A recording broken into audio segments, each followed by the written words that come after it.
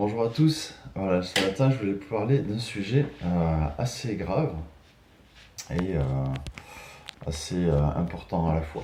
Donc, il s'agit de l'adoration qui est donnée à Ishtar, Astarté, la reine du ciel, sans que la plupart des chrétiens s'en rendent compte, parce qu'on les a éduqués comme ça, on leur a montré les choses comme ça, et ils croient que c'est comme ça.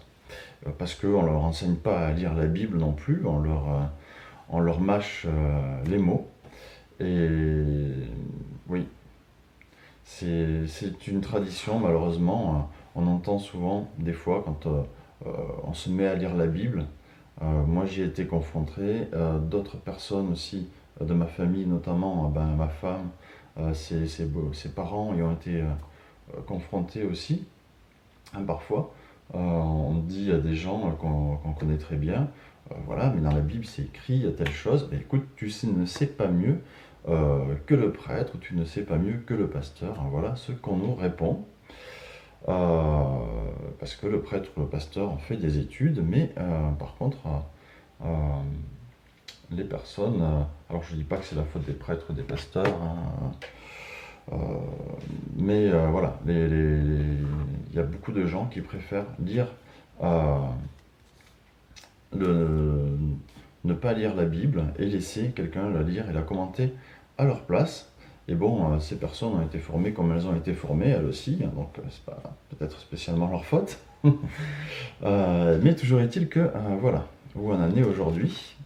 Donc j'ai demandé à l'Esprit Saint de me conduire dans les versets à citer pour parler de ce sujet qui conduit malheureusement beaucoup de chrétiens à adorer, comme je l'ai dit, la reine du ciel, Astarté, qui se cache derrière ce nom, et ce qui conduit malheureusement beaucoup de chrétiens à avoir des comportements sexuels et séducteurs inappropriés. C'est des choses que j'ai pu constater chez des gens qui étaient euh, très fervents auprès de la reine du ciel. Alors, au verset Jérémie chapitre 7, verset 18, eh bien on est à les fils ramassent du bois, les pères allument le feu, et les femmes pétrissent la pâte pour en faire des gâteaux à la reine du ciel et pour en faire des libations à d'autres dieux afin de m'irriter. Est-ce moi, l'Éternel, qu'ils irritent? N'est-ce pas eux-mêmes à leur propre honte? Donc voilà ce que déclare Dieu. Et il faut savoir que au Concile d'Éphèse, au 5e siècle, donc Marie a été proclamée reine, mère de Dieu. Donc Marie, la maman de Jésus homme, puisque Jésus est fils, fils du Père, puisque Dieu est Père, Fils et Saint-Esprit, hein, dans la Bible, dans notre religion chrétienne. Eh bien, la Bible nous dit que Jésus n'a jamais été créé, enfin qu'il n'a jamais été engendré, qu'il a été la première des œuvres de Dieu, la première, avant l'univers, avant la terre. Et même la Bible dit en Jean 14 que c'est Jésus qui a tout fait. Et pourtant, la Genèse nous dit que c'est par son Esprit Saint, avec l'Esprit que Dieu a tout fait.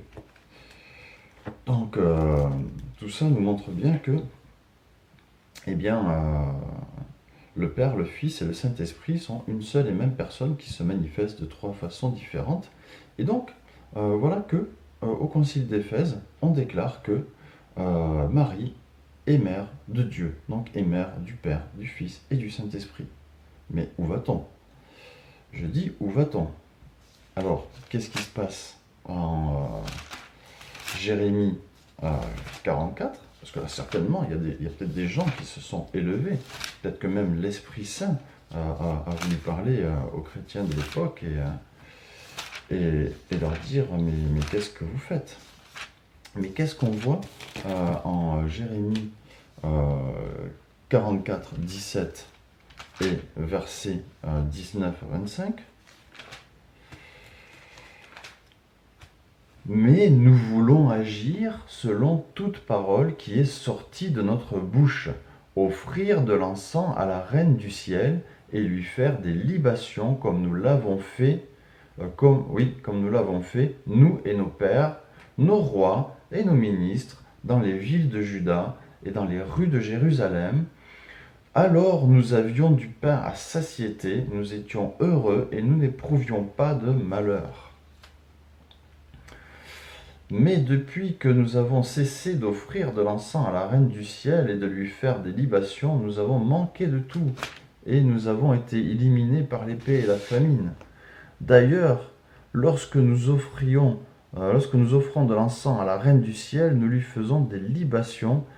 Est-ce sans l'accord de nos maris que nous faisons des gâteaux en forme de simulacre, que nous lui faisons des libations? Alors simulacre, tiens, ce mot est intéressant. Les gâteaux sacrificiels offerts avaient la forme de la déesse nue. Bon là, ça allait loin quand même. Bon là, on lui fait des petites statuettes, on les vend à Lourdes, etc. Voilà, on fait beaucoup de choses. Jérémie Jérémie dit alors à tout le peuple, aux hommes, aux femmes et à tout le peuple qui lui avait donné cette réponse. L'encens que vous avez brûlé dans les villes de Juda, dans les rues de Jérusalem, vous et vos pères, vos rois et vos ministres et le peuple des pays, l'Éternel ne s'en est-il pas souvenu, ne l'a-t-il pas pris à cœur? L'Éternel n'a pas pu le supporter davantage à cause de la méchanceté de vos agissements, à cause des horreurs que vous avez commises. Et votre pays est devenu une ruine, une désolation, un objet de mépris, sans habitants, tel qu'il est aujourd'hui. C'est parce que vous avez brûlé de l'encens et péché contre l'Éternel, parce que vous n'avez pas écouté la voix de l'Éternel, et que vous n'avez pas marché selon sa loi, ses prescriptions et ses préceptes. C'est pour cela que ce malheur vous est arrivé et qu'il est aujourd'hui. Prenez garde.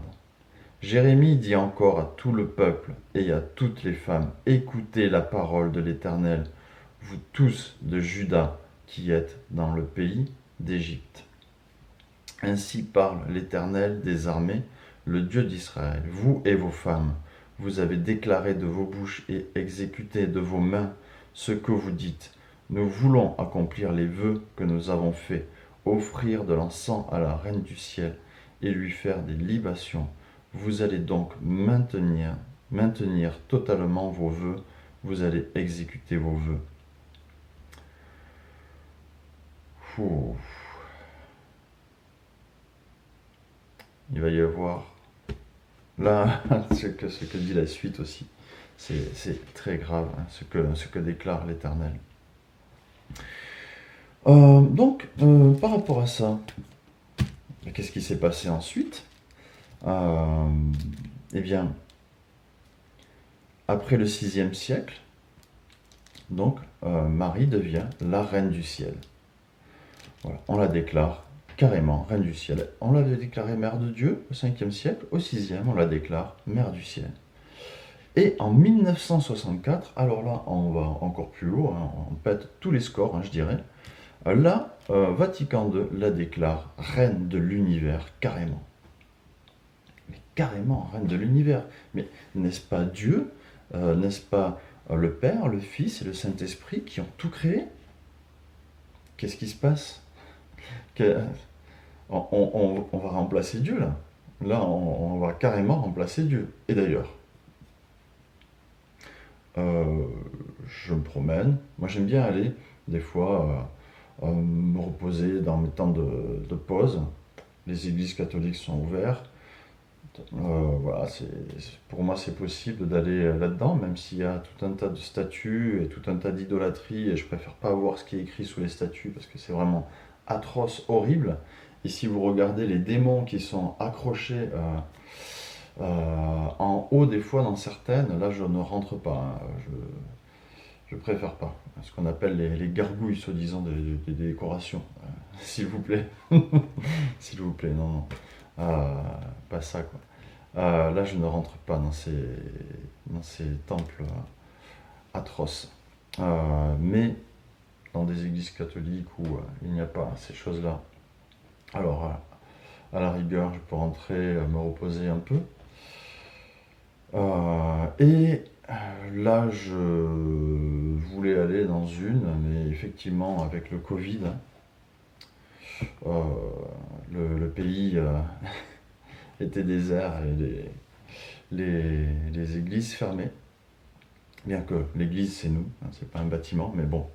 Je veux aller, et là, je trouve sur la porte une prière qui demande à Marie de parler à Jésus pour nous.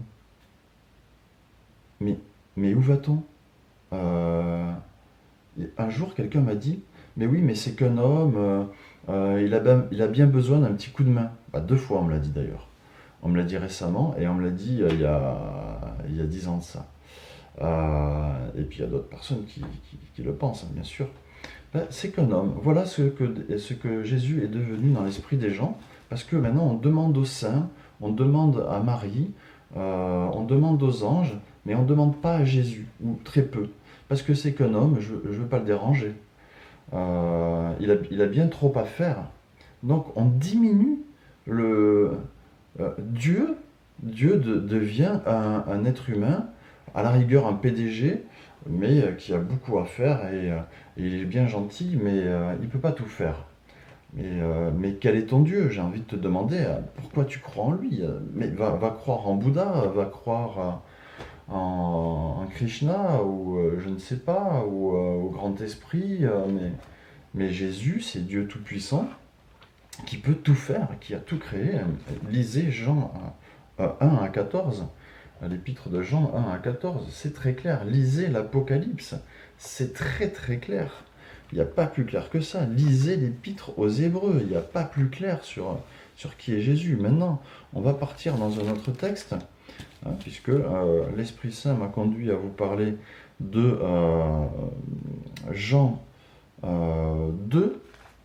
Alors Jean chapitre 2, on y va. Jean chapitre 2, verset 4 et puis verset 5. Jésus lui dit, « Femme, qu'y a-t-il entre toi et moi? Mon heure n'est pas encore venue. » Pourquoi? Tiens, reprenons au verset 3. C'est pendant les noces de Cana, l'endroit où Jésus fait son premier miracle. Donc pendant les noces de Cana, à un moment, il manque du vin. Donc là, la mère de Jésus lui dit, voilà, ils n'ont pas de vin. Donc est-ce qu'elle l'a remarqué ou est-ce qu'on est venu le lui dire? Il n'y a plus de vin, est-ce que ton fils peut faire quelque chose? Ou est-ce qu'elle se l'est dit, quoi. En tout cas, il lui dit, femme, qu'y a-t-il entre toi et moi? Mon heure n'est pas encore venue. Alors, son heure n'est pas encore venue à la fois de faire des miracles et de se faire remarquer, et à la fois, femme, qu'y a-t-il entre toi et moi? C'est-à-dire que ce n'est pas à elle, malgré tout le respect qu'il a pour sa mère en tant qu'humain, ce n'est pas à elle de dire à Dieu ce qu'il a à faire. Parce que Dieu sait très bien ce qu'il a à faire. Et Jésus, c'est clairement dit dans d'autres textes de l'Évangile, c'est exactement ce qu'il y a dans le cœur de l'homme. Le Père sait ce dont nous avons besoin. Le Fils sait ce dont nous avons besoin. L'Esprit Saint sait ce dont nous avons besoin. Et il fera ce qu'il a à faire en temps et en heure. Et nous sommes invités à lui partager nos demandes parce qu'il veut une relation avec nous. C'est écrit dans la Bible. Faites-moi connaître vos demandes. Voilà, tout ce que vous demanderez en mon nom, je le ferai. Donc il veut qu'on s'adresse à lui, il ne veut pas qu'on s'adresse à quelqu'un d'autre. Et il ne veut pas que quelqu'un d'autre vienne pour nous, en tout cas, lui demander. Alors bien sûr, on peut prier les uns pour les autres, ça, prier les uns pour les autres, mais pas prier quelqu'un d'autre d'aller le voir pour nous, quoi. Pas prier Marie ou prier les saints, ça c'est affreux, c'est horrible, c'est parler aux morts. Et la Bible déclare dans l'Ancien Testament que c'est carrément une abomination pour Dieu que les gens parlent aux morts, quoi. Alors, au verset 5, sa mère dit au serviteur, faites tout ce qu'il vous dira. C'est elle-même qui va dire au serviteur, bah, écoutez, allez voir mon fils et faites ce qu'il vous dira. Voilà. Euh, Laissez-moi tranquille. Il vient gentiment de me remettre à ma place, avec tout le respect qu'il lui doit. Donc, voilà. Donc même la mère de Jésus, elle dit aux gens, ben, allez voir lui, allez le voir. Mais nous, ça, on n'y fait pas attention. On ne veut pas regarder ça. D'ailleurs, tiens, on va partir dans Luc.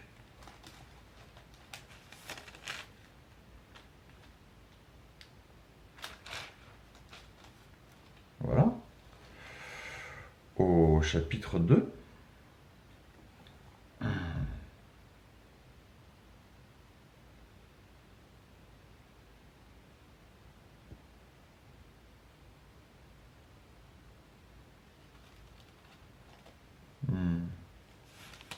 Pardon. Euh,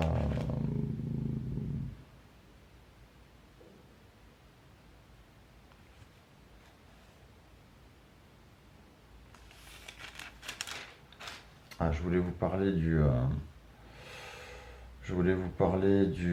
Ah ben voilà, c'est Luc 1, chapitre. Luc 1, pardon. Luc chapitre 1, au verset 44. Donc là, c'est au verset 46, pardon, Marie qui prie et qui dit, qui loue Dieu et qui dit, mon âme exalte le Seigneur et mon esprit a de l'allégresse en Dieu, mon sauveur. C'est-à-dire qu'elle reconnaît avoir besoin d'un sauveur. Elle ne peut sauver personne. Et elle ne veut sauver personne, ou alors autrement que, à son époque, en guidant les gens vers Jésus. Mais à son époque, à l'époque où elle était sur terre, elle n'y est plus maintenant. Verset 48, parce qu'il a jeté les yeux sur la bassesse de sa servante. Elle reconnaît en toute humilité que elle reconnaît sa bassesse, elle reconnaît son humanité, son état de pécheresse.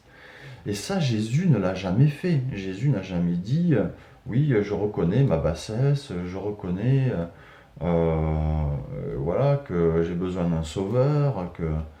Non, Jésus est Dieu. Marie est la mère de Jésus, homme. Et donc, on va partir maintenant dans 2 Pierre 10. Parce que c'est important. Vous voyez aussi, il y a un autre extrême. Il y a des gens qui vont ne pas respecter. Alors, on s'entend bien, Ishtar, Astarté, c'est la reine du ciel, c'est la déesse de la fertilité. Elle va jusqu'au point de remplacer, de se déguiser en mère de Jésus dans nos églises, à se faire des statues, soi-disant soi-disant que c'est pour la mère de Jésus, soi-disant que c'est pour prier la mère de Jésus, que c'est pour lui offrir des fleurs, des prières, des louanges, des cierges, tout ce qu'on veut. Mais en vérité, on a vu que la reine du ciel, la Bible, la parole de Dieu nous dit que c'est Astarté, Ishtar. Ce n'est pas autre chose. Quand vous priez, que vous vous agenouillez devant une statue qui représente Marie, en fait, ce qui se cache derrière, c'est l'esprit séducteur de la déesse de la fertilité. Et c'est ce qui fait que dans vos vies, il y a beaucoup de choses qui vont de travers et que vous n'arrivez pas à sortir de ces choses-là. Mais pour autant, quand on a compris ça, il ne faut pas injurier Ishtar ou Astarté. Il faut simplement couper les ponts. Mais même des gens vous ont peut-être consacré à votre naissance à la Reine du Ciel, à Marie, à la Vierge Marie, et sans le savoir donc à Ishtar, Astarté. sans le savoir. C'est grave si c'est en le sachant, mais en tout cas, ça a posé des liens sur votre vie. Et donc ces liens-là, vous pouvez simplement les rejeter, les refuser dans le nom de Jésus. Maintenant, j'appartiens à Jésus-Christ. Ces choses-là, c'est du passé pour moi, je n'en veux pas dans ma vie, je les rejette, je les renie. Je n'appartiens qu'à Jésus seul. Et parfois, il n'y a même pas besoin de le dire. Parfois, il y a besoin de le dire. Mais parfois, il n'y a même pas besoin de le dire. Puisque Jésus, quand on l'accepte dans son cœur, il nous a délivrés de tout. Ce qu'on sait et ce qu'on ne sait pas.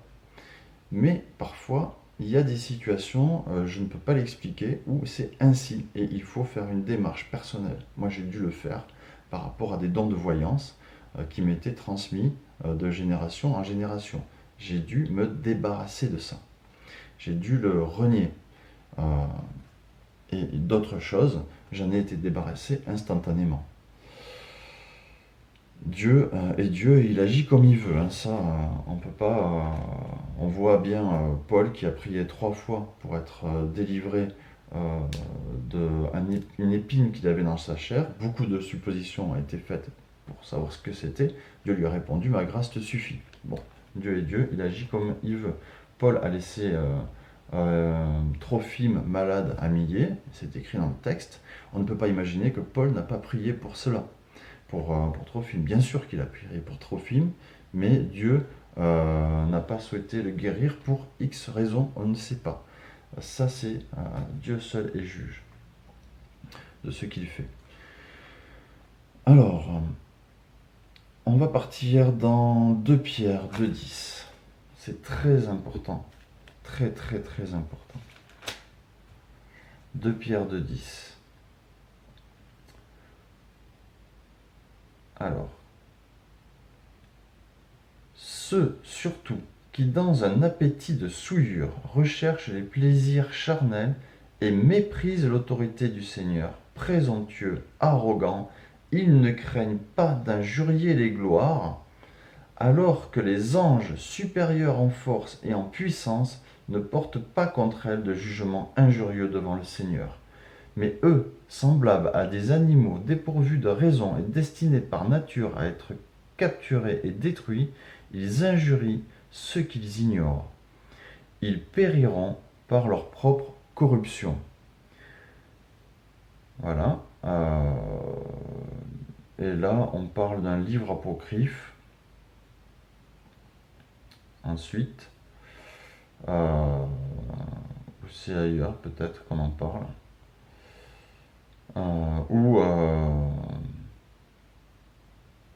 Eh bien, je crois que c'est l'ange Michael, quand il se disputait le corps de Moïse avec Satan, a dit que le Seigneur te réprime. Il n'a pas injurié, il n'a pas injurié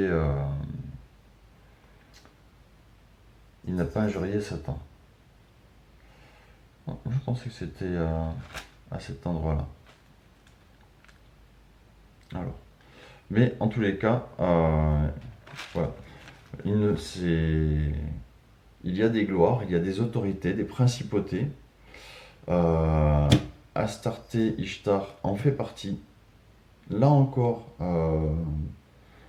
elle a un pouvoir que Dieu lui a permis d'avoir. Ce n'est pas Dieu qui lui a donné, mais qui lui a permis d'avoir, comme Satan. Hein. Satan n'a pas mis, Dieu n'a pas mis Dieu n'a pas mis Satan en place, mais il a permis à Satan d'avoir cette place. Un jour, parce que mon chat ne va pas me laisser finir tranquillement. Bien que je sais que le chat fait partie de la création et que je dois dominer sur le chat. Mais je domine avec amour sur le chat. Donc s'il a besoin d'être dans ma présence, eh bien comme Dieu nous a demandé de dominer, mais comme il nous a créé à son image, nous dominons à son image, si mon chat a besoin de ma présence, eh bien qu'il entre dans ma présence.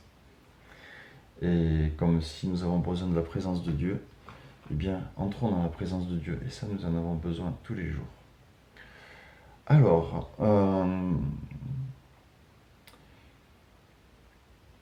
que dit Paul ? On va finir avec une parole de Paul en 1 Corinthiens 2:2. Dire que je pensais faire quelque chose de 2 minutes, eh bien non, Euh, ça aura été plutôt plus de 20 minutes, je crois 25 minutes. Excusez-moi d'avoir été si long. Alors, 1 Corinthiens, verset, 1 Corinthiens chapitre 2, verset 2. Car je n'ai pas jugé bon de savoir autre chose parmi vous, sinon Jésus-Christ, et Jésus-Christ crucifié. Nous n'avons pas besoin de prêcher sur les saints, sur Marie, ou de poser un autre fondement, c'est-à-dire de prier Marie ou de prier les saints. On a besoin, alors je ne dis pas oui, je m'exprime un petit peu mal, prêcher sur les saints, donc sur la vie qu'ils ont menée, ou la vie, l'exemple de Marie, ça c'est important, parce que vraiment ce sont des modèles, mais des modèles qui nous montrent une seule personne, Jésus, qui dans la vie doit pointer, tout ce que nous allons prêcher sur eux doit pointer vers Jésus, nous diriger sur le seul chemin vers le Père. Le seul chemin qui est vers le Père, le seul chemin de la vie et de la vérité, c'est Jésus. Et à chaque fois qu'on prêche sur la vie de Paul, Jacques, Pierre, tout ce que vous voulez, Marie, ça doit pointer vers Jésus. Si ça pointe vers eux ou vers nous, là, il y a une grave erreur. Et nous devons faire attention à cela. Alors, Seigneur Jésus, je te remercie que tu nous délivres et tu nous as délivrés de tous ces faux enseignements, de toutes ces puissances et dominations qui nous ont asservis dans divers domaines de notre vie et dans notre cœur. Je te prie pour une libération puissante des personnes qui n'ont pas encore compris ces choses-là, et que tu te révèles à eux, que ton Esprit Saint les saisisse et les délivre, et leur montre avec toute la hauteur, la largeur et la profondeur de ton amour, que c'est uniquement de toi dont nous avons besoin, Seigneur Jésus, uniquement de toi, de ta présence, de ton Esprit Saint qui remplit nos cœurs et qui déborde et qui nous transporte dans ton royaume et nous remplit de ton amour. Amen. Soyez bénis et passez une belle journée.